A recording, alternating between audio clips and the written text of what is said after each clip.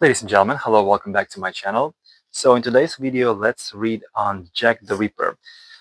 So Jack the Ripper was a unidentified serial killer who was active in and in the impoverished Whitechapel district of London, England in 1888. So there is some info on internet that some kind of a detective found his DNA on one of the victims in a night of double murder and kind of solved his identity. So he's claiming it was Aaron Kosminski, but I don't know, who knows? Let's see, because there is still some doubts, and officially it's still not confirmed by FBI or law enforcement. Okay, let's have a look about Jack the Ripper, the famous Jack the Ripper. Let's try to unmask him.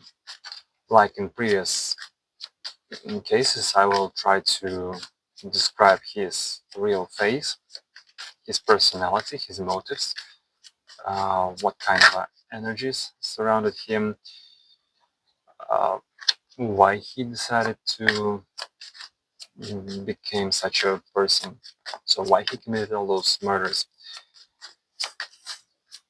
and his background story.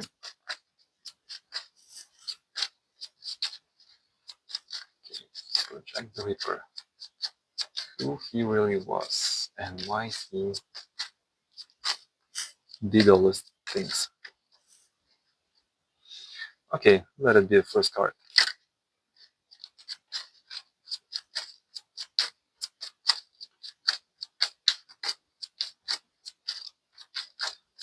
Probably, if the card fell itself, it's some kind of a very necessary information about him that cards want to tell. Alright, we'll see.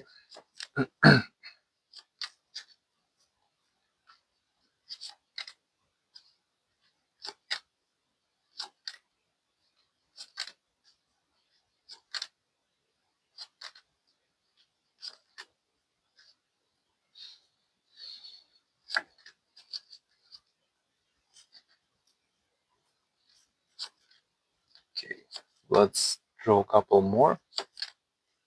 Yeah, that should be enough.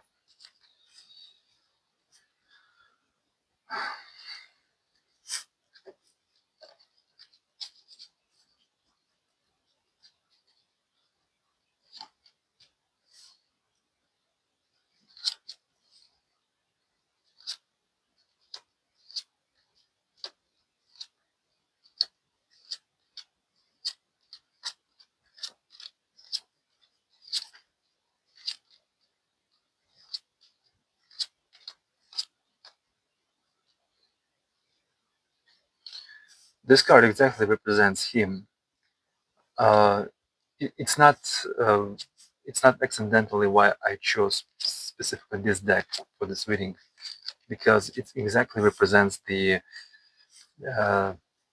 the events of those times. Okay, I will quickly analyze this, and I'll be back to you soon, guys. So, what can I say about him? So he wasn't a monster from the very beginning. However, this first card shows that he was kind of a lonely one, so like a hermit. But about that a little bit later. So, okay, so yeah, first of all, he wasn't the monster from the very beginning, from the very birth. His journey began as a person who is searching, a curious person who wants to explore the world, observe, and he's reaching to knowledge, to understand the nature, everything what is on the earth. So just like a normal person, you know. So yes, he's reaching to all kind of knowledges. But he was broke by the obstacles, because I see here's more, show me this card, give me the answer, the energies that he was thrown, the Madam Destiny itself play with him, and all the time like throw him from one edge to another one, from one corner to another one, but in a negative meaning. So it throws him between his mind and instincts, between his depth and darkness. And that's approximately how I can describe this. So his mind was pretty much sharp, just like as a knife he used, but his soul was trapped into the his personal fears. So yes. Uh, so from the very childhood, he carried not love, but a very strong pressure, control, and pain. His conscience already like developing in that kind of involvement of very crucial discipline and possibly also which is related with the religion and the uh, the powerness. So he was a person who was how to say, uh, there's like a boss and it's a worker. So boss saying to the worker and he's doing. So he was in a position of this worker. Yeah. So he was submitted. Yeah. So he was submitted, and that was became his a habit, like to be in a submissive position. But inside of him there was a rage. Uh, it's slowly gaining the rage against the whole world, which um,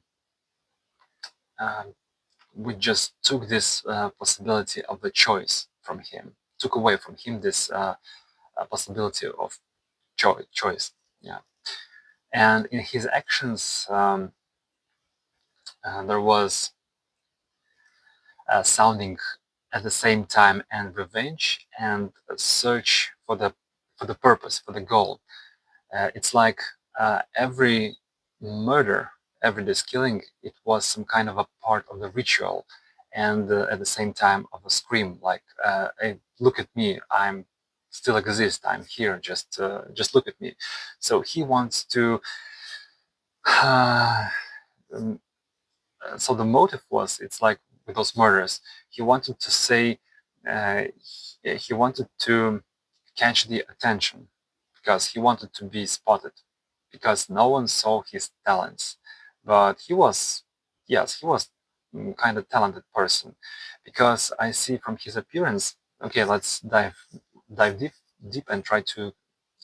I will try to describe his appearance. So he looked pretty much intelligent person.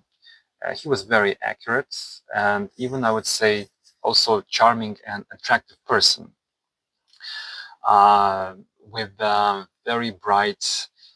Um, mm, so let's just say he was from inside. He was mm, really hard to explain that in English, but okay, yeah. So he had charisma, talents. Let's just say this. So he wasn't some kind of a crazy man with wild eyes, but he was a person whom you could really trust on the street if you'll see him, and that also was his perfect image. He probably he had dark brownish hair, brown eyes, and his face was the shape of the face. I'm capturing more like a square face. Square face on which you can easily see his cheekbones. So cheekbones was uh, like a model's. He had a very clean shaved face, but he had a mustache. Also, what I'm capturing here, yes, that he had probably, yeah, mustache and clean shaved face.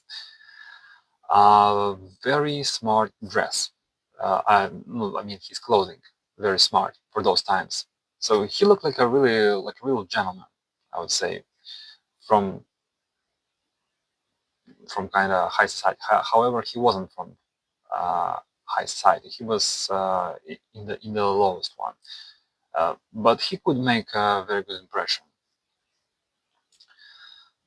So he was pretty much confident. Almost, I could say he had some kind of a theatrical moves. Probably he was some kind of a. I can't really say that he was a professional actor, but maybe some time ago, like in his childhood, maybe he learned some this theatrical art. Could be because he had so, and he also was very careful and attentive to a small details. He talked very smooth, and this was the perfect uh, contrast, a perfect balance uh, uh, between those things which he committed in being in this rage, in his second part of his identity, let's just say. So, and also, however, the first car which came here is a hermit. So I thought at the beginning that he probably, yeah, he acted alone, but actually no, I see that he didn't act alone. So he probably had some kind of a, either like a partner or copycat, or I don't know, or just some kind of a um, how it was um, the person who is like standing on guard, like together with you, accomplished the murder. Let's just say, yeah. So, and also there was a people who knew and had suspicious, but also was silenced. Some people from his closest around, but they just prefer not to talk about it because they also were from the same um, uh, poverty, so they didn't want to catch too much attention. They kind of have a common destiny. Let's just say this. So yeah, probably he had also some copycats, but mostly, yeah, he acted not alone. Some cards from here is pointing that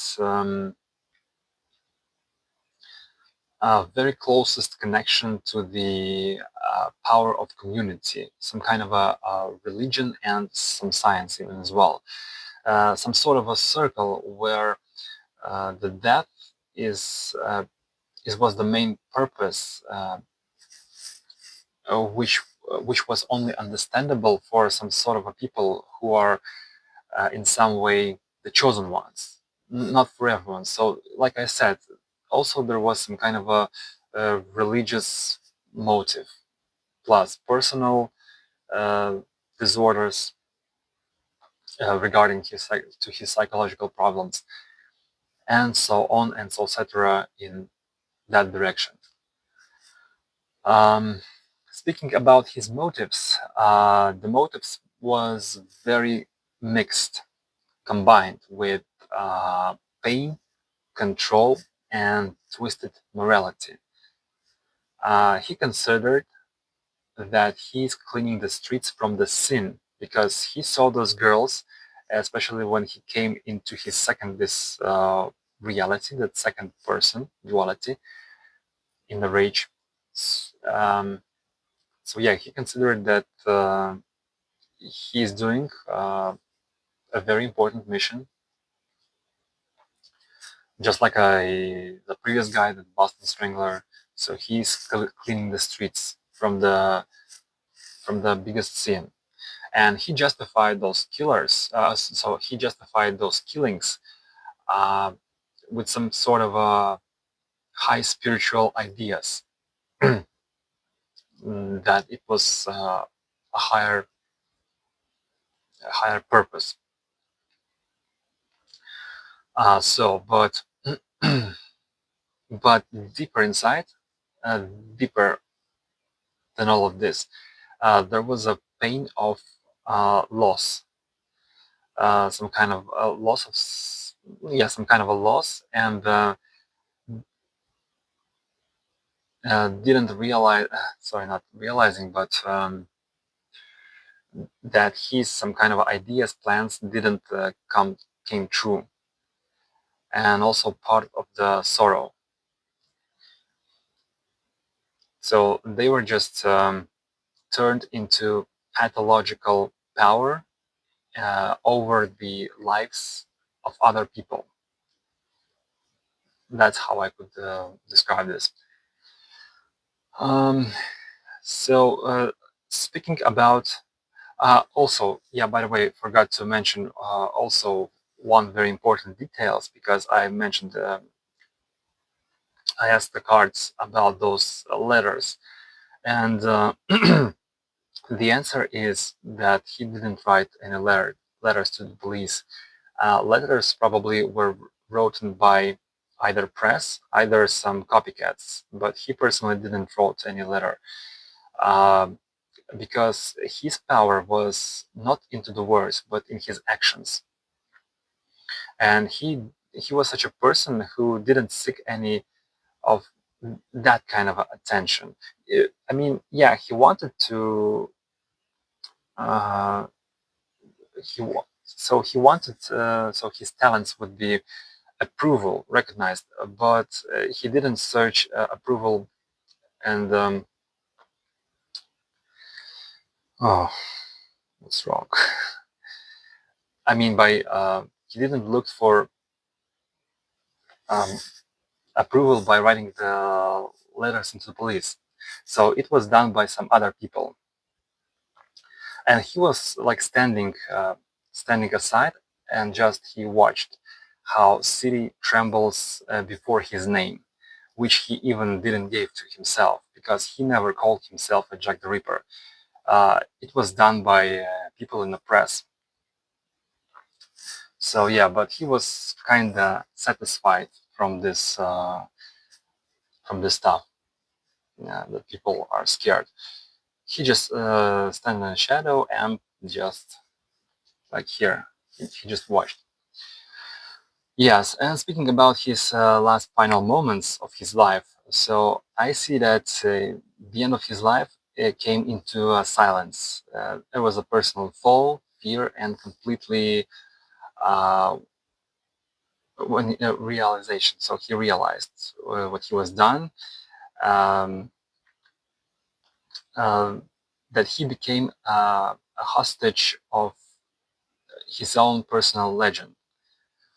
He disappeared, probably most likely that he passed away from natural causes of death, or he was killed by some other persons. But mostly what I see here by the energy, he just passed away in a silence. So there was anyone like close to him, so he was alone in a silence with his own fears, and his very last days, they were they were totally total panic. Lights disappeared. Yeah, so his days was in a full of panic, madness, and it's like the darkness came for himself, which he created some time ago. So yeah, and the darkness came to took him away with himself. I mean, with herself, the darkness. um, sorry for that. So, and now his spirit is saying, not from the rage perspective, but from realization, and uh, he feels sorrow. Yeah, he feels he regrets. Yes, from the position, from the perspective of regretting the things. And the message of the spirit is saying, you are searching for the monster, but it was just the mirror of the world's reflection. And just until now, the evil is hidden behind the face of morality. The Ripper is still lives, still alive. So that is his final message of what I can get here. And pretty much that's it. That was a bit harsh for me to some things to explain. I'm terribly sorry for that, guys. Well, anyways, thank you so much for watching. Uh, Please subscribe to my channel, hit likes, write your comments, post that notification bell, and see you guys very soon in the next investigation videos. Take care and bye bye.